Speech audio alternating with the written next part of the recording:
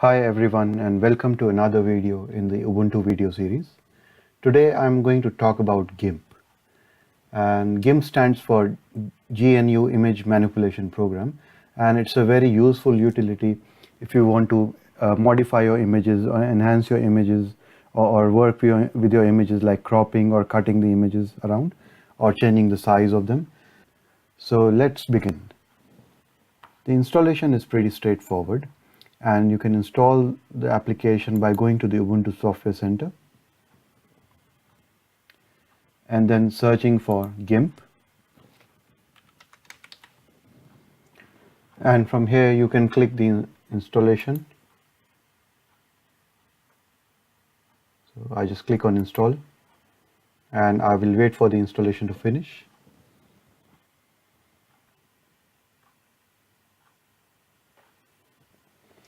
And once it's installed, we can just launch it.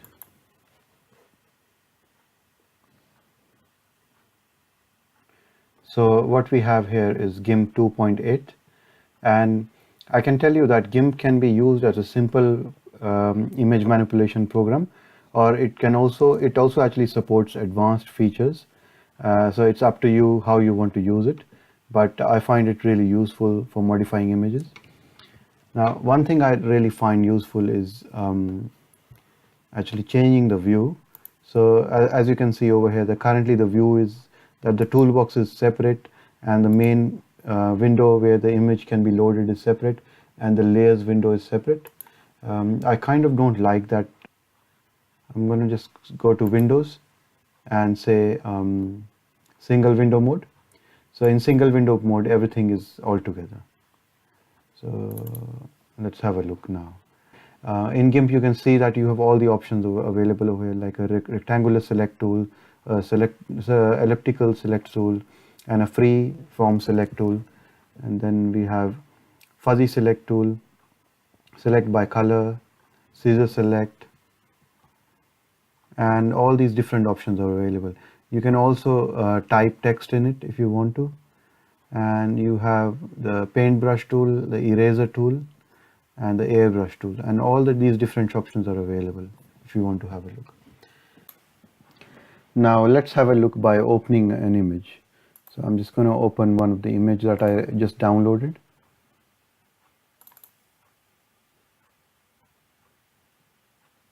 And as you can see that the image is now loaded, so I can run all my different various functions.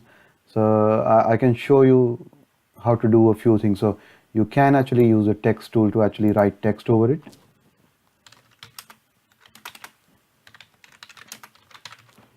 And you can change the font or change the size of the font as you wish. And let me show you a few other functions. So suppose I want to crop the image and cut the corners. So I'm going to select the image that the portion that I need, and then I have the option of selecting the image and then doing crop to selection.